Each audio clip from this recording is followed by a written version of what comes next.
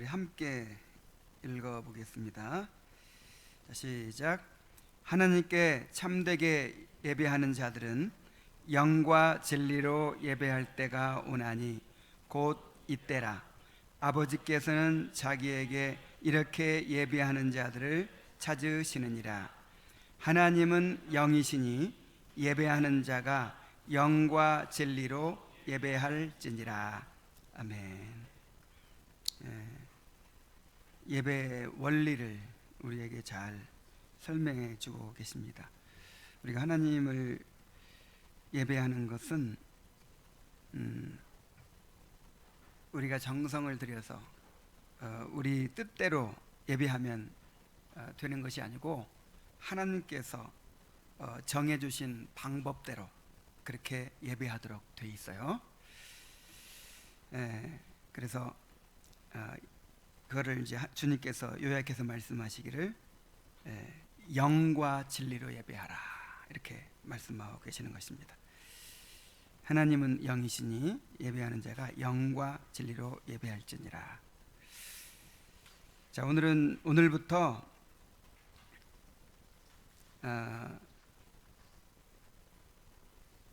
우리가 그 예배 모범, 웨스트민스터 예배 모범을 이제 한 10주간에 걸쳐서 이렇게 공부를 해가려고 해요.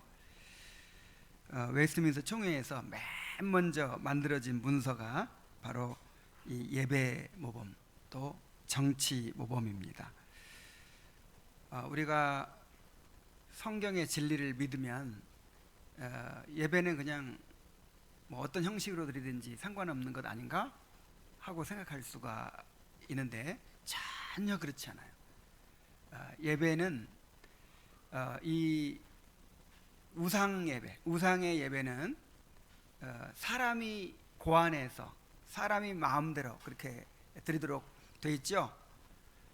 정성이 문제고 그냥 사람이 자기들 생각대로 예배하도록 되어 있는데 하나님을 예배하는 것은 다릅니다. 하나님을 어떻게 예배해야 될지를 우리에게 계시해 주셨어요. 우리가 마음대로 그냥 정성만 드리면 되는 게 아니고 하나님께서 계시해 주셨어요. 그래서 하나님께서 계시해 주신 방법대로 그렇게 드려야만 올바른 예배가 될 수가 있습니다. 그래서 이 종교개혁에서 무엇을 개혁했나요?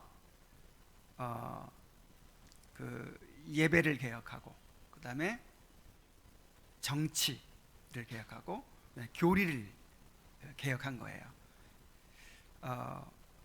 우리는 뭐 교리만 바르게 믿으면 교회 정치는 그냥 편리한 대로 하면 될 것이 아닌가. 또 예배는 그냥 상황에 따라서 좋은 대로 그냥 사람들이 생각하는 대로 드리면 되는 게 아닌가 이렇게 생각할 수 있는데 전혀 그렇지 않습니다. 성경에 어떻게 예배해야 될지 그것을 우리에게 제시해 주셨고 또 어떻게 교회를 다스려야 될지 그것을 우리에게 제시해 주셨고 그다음에 우리가 믿어야 할 것 또 그 성경의 진리를 우리에게 계시해 주셨어요. 그래서 성경대로 믿고 성경대로 예배하고 성경대로 다스리고 하는 것이 참 교회의 모습입니다. 그래서 이제 웨스트민스터 예배 모범은 예배에 관련해서 성경의 원리들을 이제 규정한 것입니다.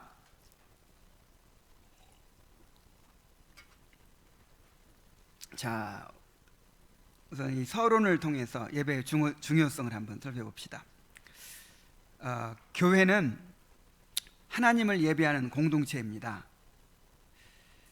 자, 교회는 무슨 공동체라고요? 네, 하나님을 예배하는 공동체. 합신헌법 제3부 교회정치 2장 4조에 보면은 함께 읽어봅시다. 시작.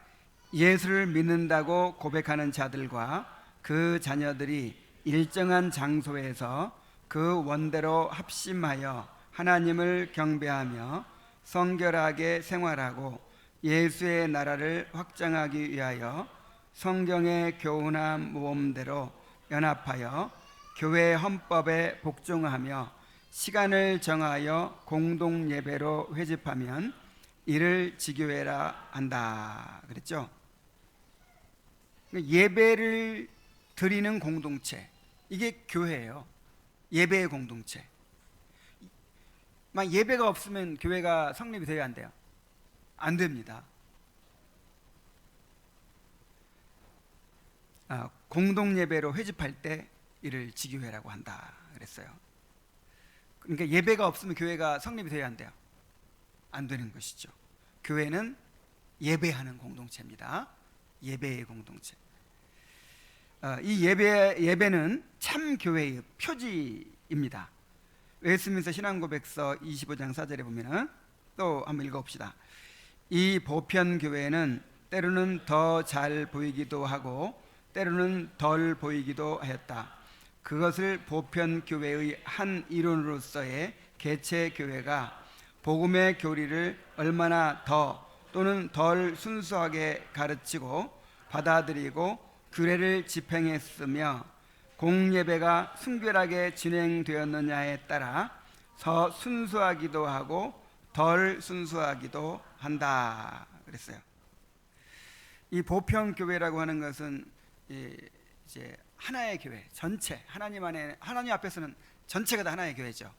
이 하나의 교회가 각 지역에서 드러나는 것이 지역 교회죠, 지교회죠. 그런데 이 보편 교회가 어떤 경우에 잘 보이게 되나요? 드러나게 되나요? 복음의 교리를 얼마나 순수하게 가르치고 전하는가, 또 규례를 얼마나 잘 집행하는가. 이 규례는 이제 정치라고도 할 수 있죠. 그 다음에 공예배가 얼마나 순결하게 진행되었느냐에 따라 더 교회가 순수하기도 하고 덜 순수하기도 해요. 교회가 참 교회의 표지가 잘 드러나기도 하고 또 이제 감추어지기도 하는 것이죠. 그래서 이 교회의 표지, 뭘 보고 교회를 알 수 있어요? 교리. 교회에서 가르치는 교리를 얼마나 성경에 합당하게 순수하게 가르치느냐. 그 다음에 또 정치, 얼마나 성경대로 교회의 질서를 세우느냐. 그 다음에 또 한 가지는 뭐예요? 예배예요. 예배. 얼마나 성경에서 명하시는 대로 예배를 올바르게 드리느냐. 이 세 가지가 교회의 표지입니다. 만약에 어떤 교회가 있어요. 그런데 성경에서 가르치는 복음을 제대로 안 가르쳐요. 성경과 좀 다르게 가르쳐요. 그리고 또 정치를 그냥 편리한 대로 이 교회 조직이라든지 정치를 그냥 자기 마음대로 해요. 그리고 또 예배를 사람들이 좋아하는 대로 그렇게 마음대로 그냥 예배를 드려요. 그럼 이런 교회를 볼 때 그 교회로서의 표지가 잘 드러날까요? 안 드러날까요? 안 드러나요. 참 교회의 표지가 안 드러나죠. 이것이 곧 이제 뭐냐면 거짓 교회. 그러니까 참 교회냐 거짓 교회냐 이걸 뭘로 구분해요? 그 표지로 구분하는 거예요. 어디 가든지 야, 이 교회가 정말 제대로 된 교회냐, 참 교회냐, 아니면 잘못된 교회냐, 이걸 뭘로 구분해야 돼요? 건물이 좋은가, 그 다음에 사람들이 얼마나 많이 모이는가, 얼마나 멋있게 예배를 진행하는가, 얼마나 막 무슨 프로그램들을 잘 진행하는, 이런 걸로 구분하는 게 아니죠. 표지, 사인, 표지를 가지고 구분하는 거예요. 자, 뭘로 구분한다고요? 얼마나 교리, 복음을 성경에 맞게 잘 증거하는가. 그 다음에 또 뭐라고요? 정치, 교회의 그 다스림을 주님의 다스림을 실현할 수 있는 이제 그 교회의 정치를 주님께서 규정하셨어요.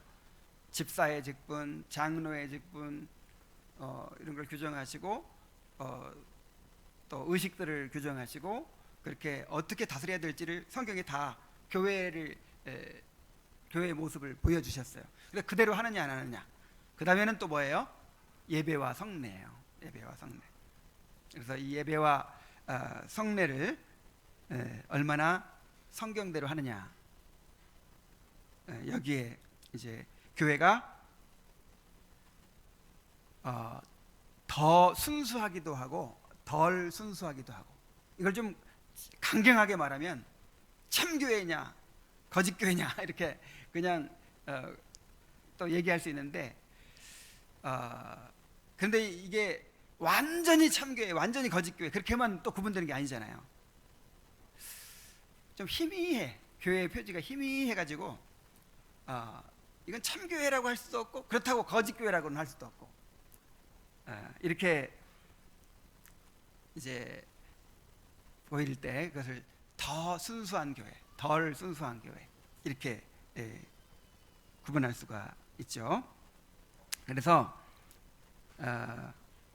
교회는 하나님을 예배하는 공동체이고, 또 이 예배를 어떻게 드리느냐에 따라서 이 교회가 참 교회냐 거짓 교회냐가 드러나기 때문에 예배가 정말 중요합니다.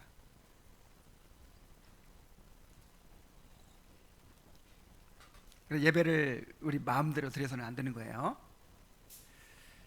그 구약 시대에 예배를 어떻게 드렸죠? 제사로 드렸죠. 제사로. 그러니까 구약 시대 예배는 제사예요. 근데 그 제사의 방법을 하나님께 너무나도 자세하게 다, 어떤 동물로 어떻게 잡아서 어떻게 제사를 드려야 될 것을 너무나도 자세하게 다 말씀하셨어요. 그냥 내 마음대로, 우리 집에 돼지가 너무 토실토실 살찌고 너무 좋아, 이 돼지를 우리 하나님께 드리고 싶다. 이 돼지로 만약에 제사를 드리면 되겠어요, 안 되겠어요? 하나님의 진노가 임하죠. 우리의 구원은 우리 힘으로 이루어지는 것이 아니고 하나님께서 우리를 구원해 주실 수 있어요. 그래서 예배도 하나님께서 정하신 방법대로만 드려야 된다고 하는 것입니다. 그래서 구약 시대뿐만 아니라 신약에서도 철저하게 하나님께서 정해 주신 원리대로 예배를 드려야 된다라고 하는 것을 우리가 깨달아야 됩니다. 자, 예배란 무엇인가를 한번 생각해 봅시다. 성경에서 예배를 나타내는 주요 단어들이 몇 가지 있어요. 구약에서는 샤하이라는 단어가 있고 또 아바드라는 단어가 있습니다. 이 샤하이는 굴복하다, 엎드리다, 머리를 숙이다의 뜻으로 무릎을 꿇고 엎드리는 행위를 나타냅니다. 예배할 때 예자가 예도 예자에, 배는 무슨 배자예요? 절 배자예요. 예를 갖추어 절하는 것. 그러니까 한문으로도 아주 뜻이, 그 예배의 원 뜻이 잘 드러나 있어요. 여러분, 예배가 뭐냐면요, 하나님 앞에 그에 합당한 예를 갖추어서 절하는 것입니다. 절도 그 대상에 따라 다 달라지겠죠. 이웃집 아저씨를 만났을 때 절하는 거하고, 아니면 우리 집안에 큰 어르신이 오셨을 때 절하는 거하고, 아니면 대통령이 나타났을 때 예를 갖추는 거하고 다 다르겠죠. 친구 만났을 때 하는 거하고. 그러면 거룩하신 하나님을 만났을 때는 어떻게 절해야 될까요? 우리의 마음과 뜻과 정성을 다해서, 우리의 모든 걸 다해서, 그리고 우리 힘으로만은 안 돼. 성령을 힘입어서 그렇게 정말 마음을 다해 절해야 되겠죠. 그게 예배예요. 무엇을 갖추어? 예를 갖추어. 그러니까 그 대상에 따라 예를 갖춰야 되잖아요. 그 하나님한테 얼만큼 예를 갖춰야 되겠어요.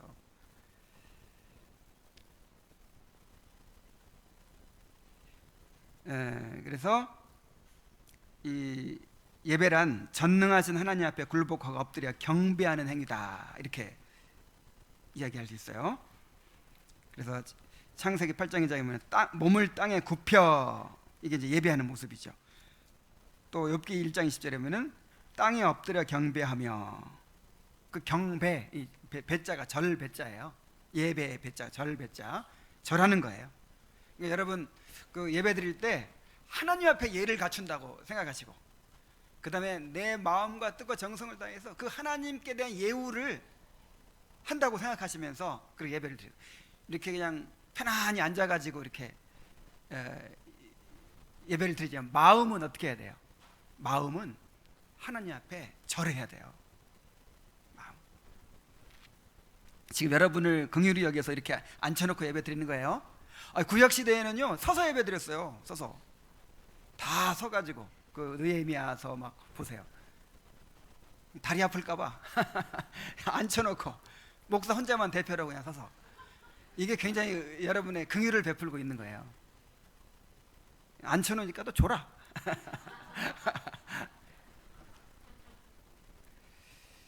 또 아바드라는 단어는 봉사하다, 섬기다는 뜻입니다.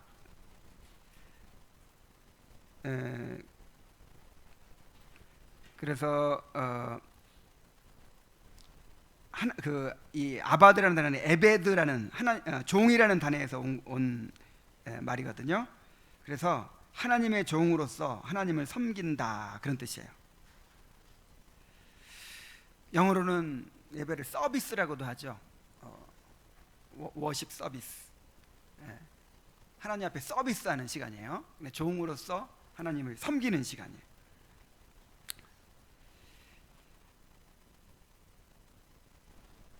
단순히 어떤 예식만이 아닌 전생애를 통해 하나님을 섬기는 삶임을 나타내죠. 그래서 그것들을 섬기지 말라 하고 이 예배를 섬긴다라는 말로 표현하기도 했습니다. 그리고 신약에서는 이제 예배라는 말이 프로스쿠네오라고 하는데, 무릎을 꿇다, 허리를 굽힌다, 입 맞추다, 이마를 땅에 대고 엎드리다, 그런 뜻이에요. 그래서 최상의 존재에게, 그냥 내가 할 수 있는 최상의 경의를 표하는 거예요. 그러니까 너무너무 높은 분이 오신 거예요. 너무 높은 분. 그냥 보통 이웃집 아저씨 만나면 그냥 안녕하세요 하면 되는데, 왕보다도 그냥 너무너무 높으신 분을 만나서 내 마음을 다해서, 하여간 내가 할 수 있는 모든 방법을 다해서 최선의 경의를 표하려면 어떻게 해야 될까요? 그냥 엎드려야 되겠죠. 그냥 엎드리는 게 최고죠. 제일 큰 경의죠. 그냥 엎드려서 그의 발에 입 맞추고, 그냥 이렇게 이제 최상의 존재에게 표하는 경의, 이게 예배입니다. 그래서 이마를 땅에 대고 엎드리다의 뜻으로 존경의 표시로 엎드려 절하는 것입니다. 예배가 뭐예요? 엎드려 절하는 것입니다. 그러니까 예배 시간에 여러분을 육신을 생각해서 이렇게 편하게 앉혀놨지만 마음만 어떻게 해야 돼요? 최상의 경의를 표해야 돼요. 하나님 앞에 하나님의 말씀이 선포될 때, 하나님을 찬양할 때 완전히 하나님 앞에 엎드려서 그 발에 입 맞추는 그런 마음으로 예배를 드려야 합니다.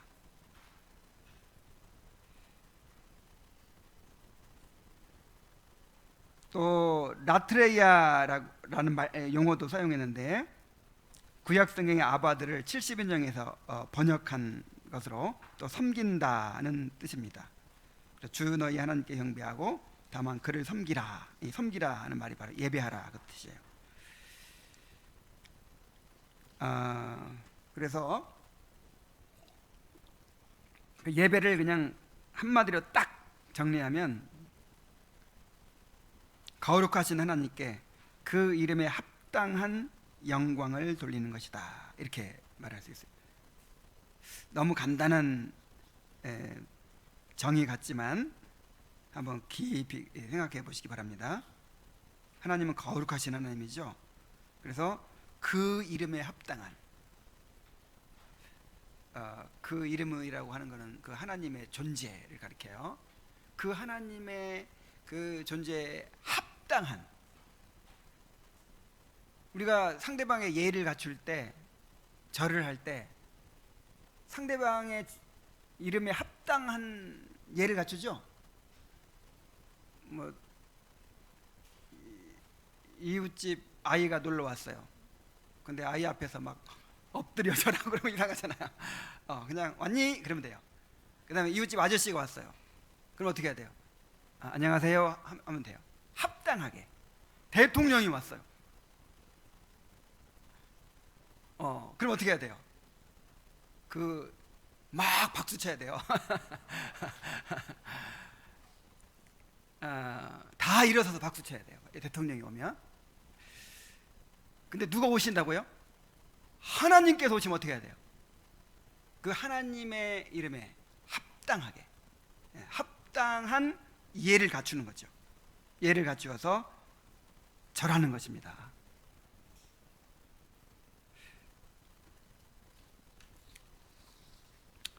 시편 96편 8절에 여호와의 이름에 합당한 영광을 그에게 돌릴지어다 그랬어요.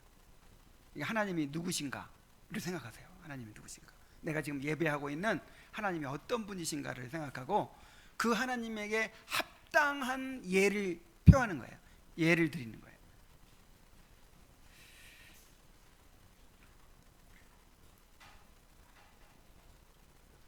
자, 그런데 우리가 어떻게 하나님께 예배를 드릴 수 있습니까? 예배는 하나님께로부터 시작됩니다. 자, 예배는 어디서부터 시작돼요? 하나님께서. 그러니까 우상 숭배는 누구한테서부터 시작돼요? 내가 고안해내는 거예요. 내가 어떤 식으로 하면 더 멋진 예배가 되겠다. 이렇게 해서 인간이 고안해내요. 인간이. 우상도 인간이 만들어. 부처님을 만드는데 잘 만들어지면 이쁘고 안 만들어지면 좀 덜 예쁘고 그렇게 만들어지겠죠. 뭐 인간이 우상을 만들어 놓고 인간이 방법도 만들어내서 그렇게 예배하죠. 근데 하나님을 예배하는 건 달라요. 하나님은 보이지 않는 분이시기 때문에 그 하나님을 함부로 예배하면 하나님께 대한 모독이 돼요. 그래서 하나님께서 예배하는 방법을 직접 계시해 주셨습니다. 그래서 예배는 누구로부터 시작돼요? 하나님께로부터. 자, 하나님은 무한한 영광을 지니신 분이십니다. 이 하나님의 영광이라고 하는 것은 신적 본질의 무한한 탁월성이라 이렇게 정의할 수 있어요. 그 하나님의 영광이라고 하는 것은 정말 무한하십니다. 우리가 그 영광을 다 볼 수가 없죠. 그런데 하나님께서는 그 영광을 우리에게 계시해 주십니다. 어떻게 계시해 주시냐면 창조의 사역과 또 보통 창조와 섭리 이렇게 하는데 이 섭리 안에 구원이 들어있어요.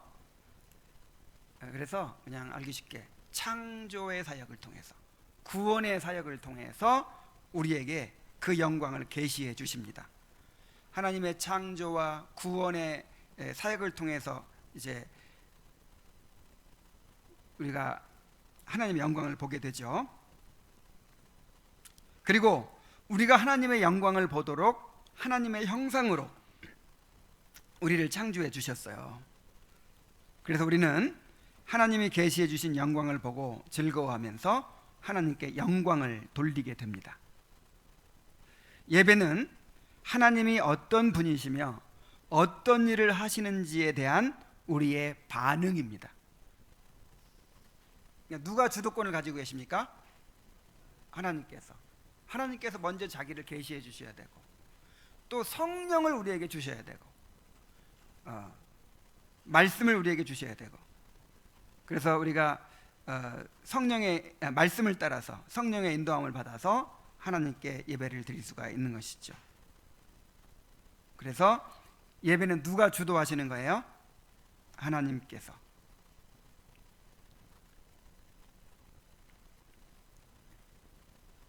자, 예배에는 공적인 예배와 사적인 예배가 있습니다. 공적인 예배는 교회가 함께 모여서 드리는 예배로서 특히 하나님께서 친히 제정해 주신 주일에 온 교회가 함께 모여 드리는 예배를 말합니다. 그래서 주일 공예배 이런 표현을 쓰죠. 주일 공예배. 예배의 날로 하나님께서 아예 그냥 정해 주셨어요. 주일이 바로 하나님을 예배하는 날입니다. 온 교회가 함께 모여서 예배하는 날이에요. 그래서 모든 성도가 함께 모여드리는 주일 공예배 외에는 예배라는 표현을 사용하지 않는 것이 좋습니다. 그래서 수요 예배, 무슨 금요 예배 이렇게 하는 것보다 수요 기도회, 또 금요 기도회 이런 식으로 표현을 하죠.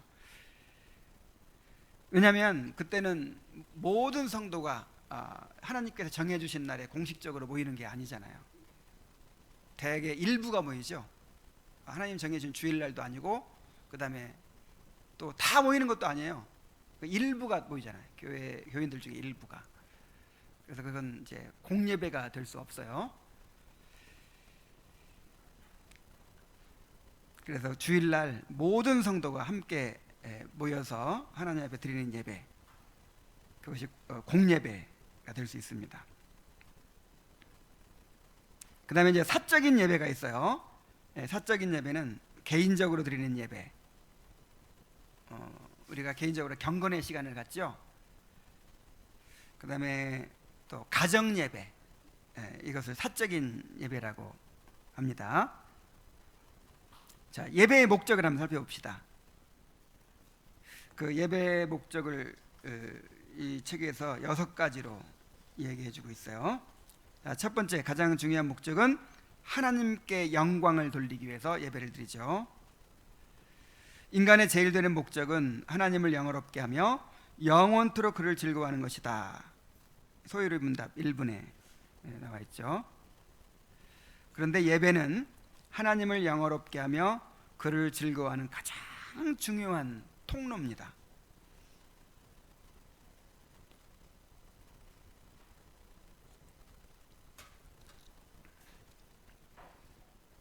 자, 예배를 드리지 않고 하나님께 영광을 돌릴 수 있을까요? 소위 이제 삶의 예배라는 게 있죠. 공식적인 공예배 말고 그냥 내가 살아가는 것 자체가 예배다. 그래서 무슨 형식적인 예배보다 내가 삶으로 드리는 예배가 더 중요하다. 막 이렇게 생각하면서 예배 때는 딴짓하고 그냥 대충 보내고 그다음에 삶의 예배를 잘 드리겠다. 막 이렇게 생각하는 사람들이 있는데 이 하나님께서 정해주신 이 예배, 이거를 대신할 수 있는 것은 없어요. 내가 예배 때 제대로 못 드렸으니까 삶의 예배 잘 드리자. 뭐 이런 논리는 성립될 수가 없어요. 공예배를 잘 드려야 삶으로도 예배를 잘 드릴 수 있겠죠. 이 공예배를 대신할 수 있는 것은 없습니다. 공예배를 통해서 하나님과 우리가 이 공적인 만남을 갖게 되는 거예요. 그래서 교회는 예배의 공동체라고 해요. 무슨 공동체? 예배의 공동체. 교회의 생명은 예배에 있어요. 그래서 이제 예배를 통해서 하나님께 영광을 돌리기 위해서 돌리기 위해서 예배를 드리죠. 예배는 하나님을 영화롭게 하며 그를 즐거워하는 가장 중요한 통로다. 하나님께 정해주신 통로예요. 하나님께서 예배를 소홀히 하고 예배를 가볍게 하기, 이거는 정말 너무나 잘못된 그런 생각들을 가진 사람이 많아요. 이 형식인데, 격식인데, 그냥 우리가 삶에서 이렇게 주님께 순종하고 이게 중요하지, 이렇게 무슨 의식 가운데 드리는 예배가 그렇게 중요한가? 구약의 제사를 한번 보세요.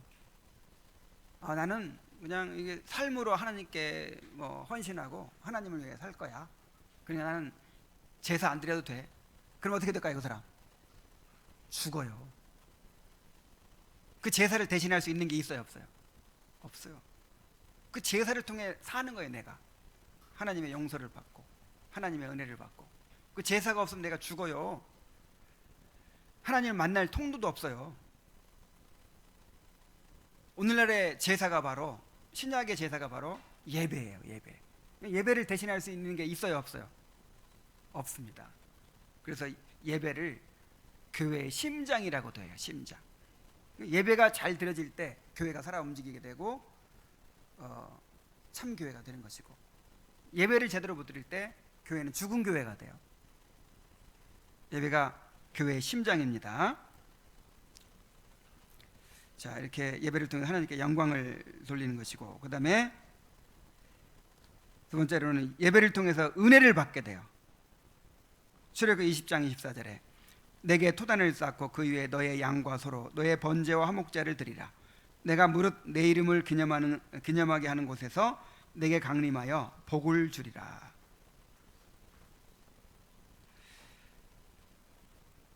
그래서 예배는 하나님의 은혜를 받는 통로입니다. 자, 예배 가운데 어떤 요소들이 있나요? 말씀이 가장 중요한 요소죠. 말씀. 그 다음에 성례가 있고, 그 다음에 기도가 있고. 이게 다 뭐예요? 은혜의 수단이라고 그러죠, 이거를. 은혜의 수단이 어느 시간에 다 우리에게 허락되는 거예요? 예배 가운데. 그래서 하나님의 은혜를 받는 통로가 다 예배를 드림으로써 우리가 확보할 수 있는 것입니다. 하나님은 예배 가운데서, 말씀과 성례와 기도 가운데서 은혜를 내려 주십니다. 그 다음에 세 번째로는 말씀을 아는 지식의 성장. 예배는 처음부터 끝까지 말씀 중심으로 이루어집니다. 처음부터 끝까지 말씀을 통해서 예배가 드려지죠. 처음에 어떻게 시작하죠? 처음에 말씀으로 시작하고, 찬송도 우리가 이제 하나님께 주신 시편으로 하고, 그 다음에 또 설교도 말씀을 듣는 것이고, 축도도 말씀으로 하고, 처음부터까지 다 말씀이에요. 말씀을 통해서. 그래서 따라서 예배를 통해서 말씀을, 우리가 하나님의 말씀을 배우게 되는 것이죠. 그 다음에 네 번째로는 믿음의 고백과 강화. 예배는 하나님의 말씀을 듣고 우리의 신앙을 고백하는 자리입니다. 이를 통해서 하나님께서 영광 받으시고 우리의 믿음이 성장하게 됩니다. 또 다섯 번째로는 믿음 안에서의 하나됨. 에베소 4장 13절에 보면은 우리가 다 하나님의 아들을 믿는 것과 아는 일에 하나가 되어 온전한 사람을 이루어 그리스도의 장성한 분량이 충만한 데까지 이르리니 그랬어요.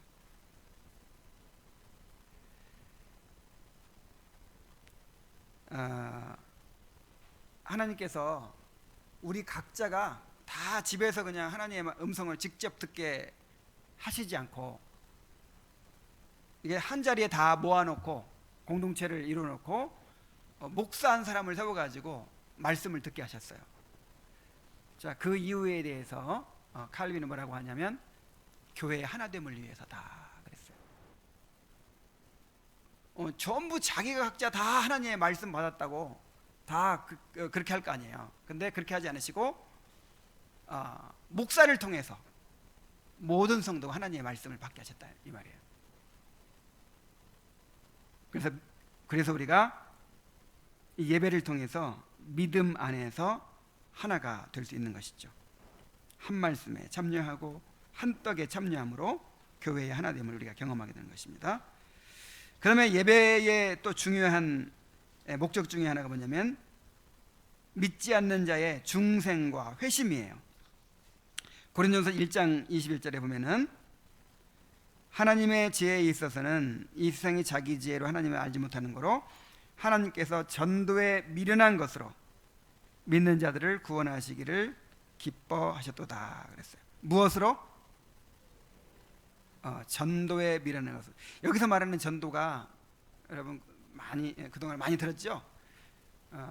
예수 믿으세요. 예수 믿으세요 하면서 전도 주면서 전도는 그런 전도가 아니고 설교라는 뜻입니다. 캐리그마라고 해서 이 말씀의 선포를 가리켜요. 말씀의 선포. 그래서 하나님은 자기를 어떻게 나타내신다고요? 말씀의 선포를 통해서, 전도를 통해서. 근데 별로 그렇게 효과적인 것 같질 않죠. 하나님을 나타내려면 막 번개를 번쩍번쩍 치면서 기적을 통해서 막, 아니면 뭐 신비한 뭐 어떤 그런 것들을 통해서 이렇게 나타내시면, 이야 하나님이 살아계신가 보다 막 그럴 텐데, 그냥 설교로 이렇게 하니까 그게 어떻게 보면은 좀 미련한 방법 같아요. 어떤 사람이 그러더라고요. 이 설교만큼 요즘에 그 얼마나 이 교육 방법이 발달했는데, 뭐 텔레비전에서 뭐 이렇게 교양 프로 같은 거 한번 보세요. 얼마나 막 그 화면들, 그 동영상들 뭐 이렇게 그냥 잠시 눈을 떼지 못하도록 막 이렇게 막 우리의 관심을 잡아 끌잖아요. 그런 효과적인 방법들이 얼마든지 있는데, 이게 몇천 년 전 방식이에요.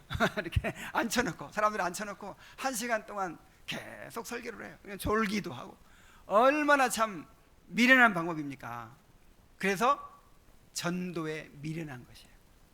전도에 미련한. 근데 그게 하나님께 정하신 방법이에요.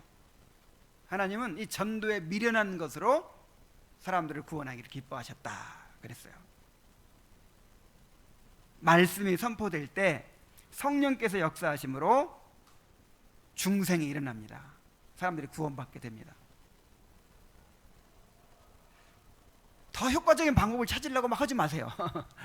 자꾸만 효과적인 방법을 찾으려고 그러다 보니 교회가 타락하는 거예요. 이게 하나님께 정하신 방법이에요. 이게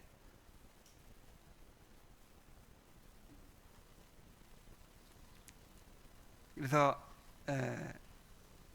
믿지 않는 자의 중생과 회심이 언제 일어나요? 말씀이 선포될 때. 믿음은 어디서 납니까? 들음에서 나요. 들음에서. 선포되는 말씀을 들으면서. 이게 하나님께 정하신 미련한 방법이에요. 우리가 보기에 미련한 방법. 하나님보다 더 똑똑하려고 하면 안 돼요. 교회가 타락하는 거예요. 자, 이제 예배의 원리를 봅시다. 예배의 원리는 이제 규정적 원리라고 해요. 규정적 원리. 우리 개혁교회의 예배의 원리를 규정적 원리. 자, 규정적 원리라는 게 뭐냐면 성경이 가르치는 방식대로 예배해야 한다는 원리입니다. 자, 규정적 원리가 뭐예요? 성경이 가르치는 방식대로, 성경이 하라는 대로, 성경이 말하지 않은 건 하지 않는 거예요. 성경이 하라고 한 것만 하는 거예요. 그리고 이제 이 규정적 원리에 반대되는 게 뭐냐면 자의적 예배라 하는 것이, 내 마음대로 예배를 이런 식으로 하면 더 멋지지 않을까? 더 효과적으로 설교를 성경 말씀을 배우게 하기 위해서 드라마로 예배를 드리면 어떨까? 드라마로 설교를 하면 어떨까? 하여간 뭐 인간이 생각해내는 방식으로, 그냥 더 효과적이라고 생각되는 방식으로 그렇게 스스로 만들어서 하는 예배가 무슨 예배? 자의적 예배. 그런가 하면 또 뭐가 있냐면 이 규정적 원리 말고 규범적 원리가 있어요. 이 규정적 원리, 그 다음에 규범적 원리, 요거를 잘 구분하시기 바랍니다. 규정적 원리는 성경이 하라는 대로만 하는 거예요. 그 다음에 규범적 원리는 성경이 금하지 않은 것은 그냥 해도 된다 하는 거예요. 한번 봅시다. 이 세 가지 원리를. 자, 먼저 규정적 원리. 규정적 원리란 성경이 가르치는 방식대로 예배해야 한다는 원리다 그랬죠. 그래서 규정적 원리에 대한 성경의 근거가 뭐냐면 구약의 제사법에 대한 자세한 명령들이에요. 아니 왜 그렇게 개혁교회는, 왜 그렇게 장로교회는 고루합니까? 시대가 바뀌었는데 예배의 방식도 바뀌고 좀 시청각도 사용하고 요즘에 드라마 예배도 있고 무슨 온갖 그런 효과적인 교육 방법들이 많이 나오고 그런 방법들이 있는데 왜 오래 전부터 수백 년 전부터 그렇게 해온 방식대로 그렇게 합니까? 그렇게 이제 생각하는 사람들이 있어요. 그런데 이 구약의 제사법을 한번 생각해 보세요. 여러분 구약의 제사법에서 그 레위기 같은 책을 보면, 출애굽기, 레위기 이렇게 보면은 그 성막을 짓는 내용이라든지 제사를 드리는 그 방법들 얼마나 자세하게 기록되어 있습니까? 너무너무 자세하게 기록되어 있어요. 만약 그 방법대로 안 하면 돼요, 안 돼요? 만약에 아유 귀찮아 나는 이렇게 이 규정된 대로 하기가 너무 귀찮아, 그러니까 그냥 내 마음대로 한번 드려보겠다, 그러면 어떻게 될까요? 죽어요. 철저하게 하나님께서 정해주신 방법대로만 제사를 드려야 돼요. 근데 오늘날 신약에 드리는 예배도 마찬가지예요. 예배도 하나님께서 정해주신 방법대로 그렇게 예배를 해야 하나님께서 받으실 수 있습니다. 제2계명 출애굽기 24장 4절 5절에 보면은 너를 위하여 새긴 우상을 만들지 말고. 자, 우상을 만들지 말라는 게 뭐냐면요, 자의적 예배를 드리지 말라 그 뜻이에요. 내 마음대로 내 방식대로 예배 드리지 말라 이 말이에요. 또 위로 하늘에 있는 것이나 아래로 땅에 있는 것, 땅 아래 물속에 있는 것을 어떤 형상도 만들지 말며 그것들에 절하지 말며 그것들을 섬기지 말라 그랬어요. 신약에 와서도 예배에 대한 분명한 가르침이 있습니다. 요한복음 4장 24절에 보면은 하나님은 영이시니 예배하는 자가 영과 진리로 예배할지니라. 영과 진리가 무엇입니까? 영으로는 성령의 인도하심을 따라서 드리라는 것이고, 진리로는 하나님의 말씀을 따라, 즉 말씀이 가르치시는 그리스도를 통하여 예배하라는 것이죠. 그래서 예배는 인간의 어떤 노력과 정성으로 하나님께 나아가는 것이 아니라 진리이신 성령의 인도하심을 따라 그리스도를 의지하여 하나님께 나아가는 것입니다. 반대로 사람들이 자신의 의지에 따라 새로운 것을 덧붙이는 것에 대해서 청교도들은 자의적 예배라고 불렀어요. 골로새 2장 23절에 보면은 이런 것들은 자의적 숭배와 겸손과 몸을 괴롭게 하는 데는 지혜 있는 모양이나 오직 육체에 따르는 것을 금하는 데는 조금도 유익이 없느니라. 자, 로마 카톨릭은 자의적 예배를 추구합니다. 자의적 예배라고 하는 것은 성경에서 명령한 것 외에도 교회가 자의적으로 무언가를 더하거나 뺄 수 있다고 생각하는 거예요. 자기 마음대로 해요. 그냥 편리한 대로.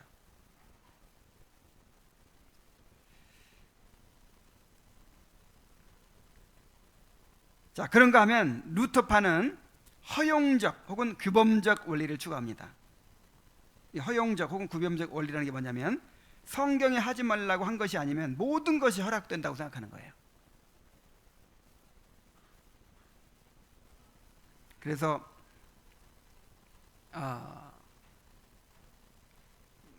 뭐 이렇게 그림 같은 걸 막 붙여놓고 막 어떤 형상 같은 걸 만들어 놓고 이런 거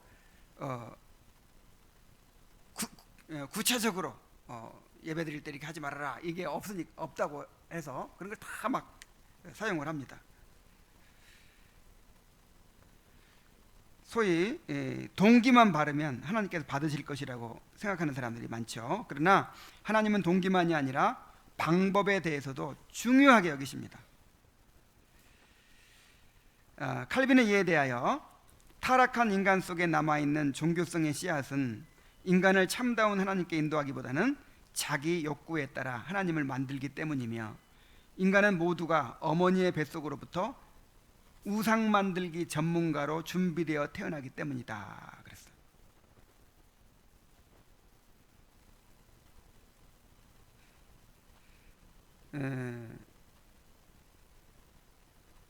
자, 이게 무슨 말입니까? 인간에게는 이제 인간이 하나님께로부터 창조됐기 때문에 종교심이 있죠. 종교심. 그래서 이제 예배를 드리는데 내가 원하는 하나님을 만들어낸단 말이에요. 내가 원하는 하나님을. 인간이 타락해가지고 내가 주인이 돼서 나를 위해 봉사하는 하나님, 내가 필요로 하는 하나님을 내가 만들어요. 이렇게 될 위험성이 이제 굉장히 큰 것이죠. 인간이 타락했기 때문에. 그래서 하나님께서 철저하게 우상을 만들지 말라 이렇게 말씀하신 거예요. 그러니까 아무것도 안 보이니까 좀 예배가 너무 밍밍하죠. 우리가 하나님을 멋있게 하나 만들어 놓고 예배하면 더 좋겠죠. 하나님이라고 생각하면 좋잖아요. 막 무섭게 막 만들어 가지고 꼼짝 못하게 만들고. 근데 그렇게 하면 돼요, 안 돼요? 안 돼요. 왜냐하면 하나님은 그렇게 뭔가 형상으로 표현할 수 없는 분이고 무한하신 분이기 때문에. 또 그렇게 내 마음대로 어떤 걸 만들다 보면은 누구 뜻대로 만들겠어요? 나한테 좋게 만들겠죠. 그래서 하나님이라는 부처님처럼 우상을 만들어 놓는다 하면 크게 만들고 싶으면 크게 만들고 작게 만들고 싶으면 작게 만들고 집에 가지고 가시면 집에 가지고 가고 누구에 의해서 이끌려요? 나에 의해서. 그래서 이런 것들을 우리가 부패하고 타락하고 철저하게 그렇게 우상 숭배의 이제 본성이 생긴 것을 아시기 때문에 철저하게 하나님께서 예배의 방법까지 그렇게 우리에게 제시해 주신 것입니다.